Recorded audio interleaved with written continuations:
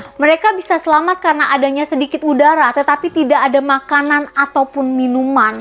Beberapa dari mereka bahkan harus meminum air seni mereka sendiri untuk bertahan hidup. Halo guys, welcome back. Terima kasih banyak sudah klik video ini. Di video kali ini, gue akan membawakan satu kasus insiden runtuhnya mall yang berada di Korea Selatan yang menyebabkan banyaknya korban jiwa. Tapi tunggu dulu, sebelum kita lanjut ke ceritanya, pastikan dulu kalau kalian sudah subscribe channel ini. Tolong untuk bantu kembangkan channel ini guys, minimal menginjak di angka 10.000. Selamat menonton, enjoy!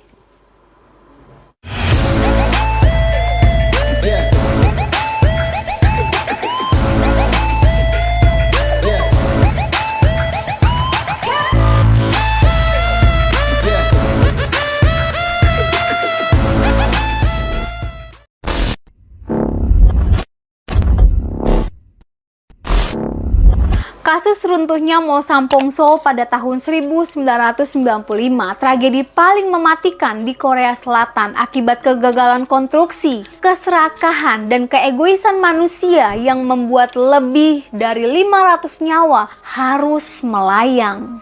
Sampong Mall awalnya merupakan daerah tempat pembuangan sampah yang kemudian dibeli oleh Sampong Group. Awal pembangunannya dilakukan pada tahun 1987 dan selesai pada akhir tahun 1989. Tepatnya pada tanggal 17 Juli tahun 1990, mall tersebut sudah resmi terbuka untuk umum. Departemen store terbesar di distrik Seoul ini terdiri dari lantai bawah tanah, yaitu basement, dan 5 lantai lainnya. Lantai 5 terdapat sejumlah restoran tradisional Korea. Sejak dibuka, Mall Sampong berhasil menarik sekitar 40.000 pengunjung setiap harinya. Pada tanggal 29 Juni, sekitar jam 8 pagi, manajer Sampong menerima notes di mejanya dari karyawan yang jaga malam pada saat itu. Karyawan tersebut menulis bahwa dia mendengar adanya suara yang sangat keras dari bagian atas gedungnya. Setelah membaca notes, manajer langsung segera mengecek dan menemukan adanya retakan besar di lantai atas. Beberapa jam kemudian, salah satu pemilik restoran juga melaporkan mereka menemukan retakan sebesar gempalan tangan di dapur restorannya.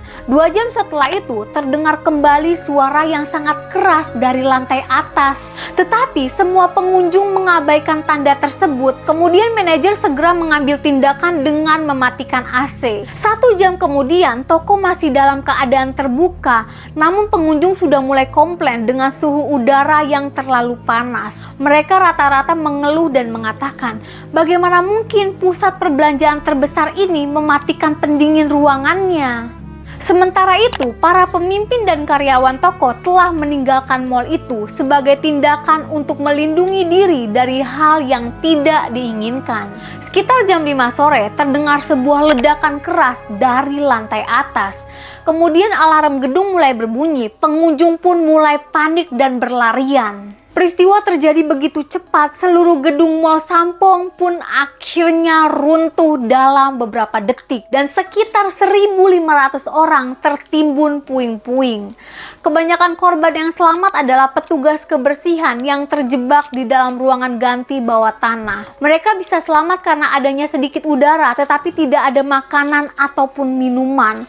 Beberapa dari mereka bahkan harus meminum air seni mereka sendiri untuk bertahan hidup. Sementara itu, kepolisian berhasil menangkap pihak-pihak yang dianggap harus bertanggung jawab atas peristiwa tersebut. Pemilik gedung bernama Lee John dijatuhi hukuman penjara selama 10,5 tahun. Putranya yang merupakan CEO yang bernama Lee Han-sang dituntut sebagai pelaku pembunuhan berencana dan divonis 7 tahun penjara. Sementara manajer gedung divonis 5-6 tahun penjara. Penyelidikan ini akhirnya mengarah pada temuan praktek korupsi besar-besaran pada gedung perusahaan.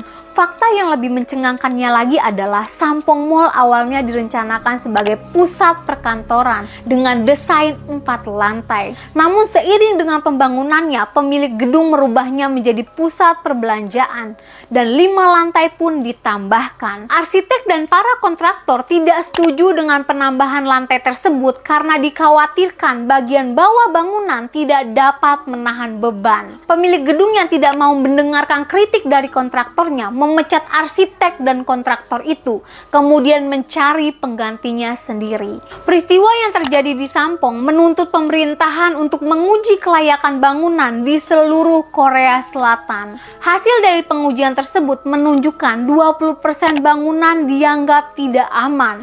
Hasil dari pengujian tersebut menunjukkan 20% bangunan dianggap tidak aman.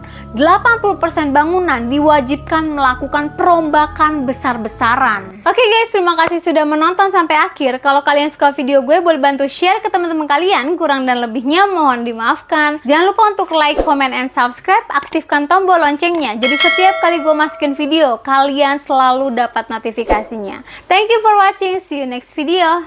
Bye-bye.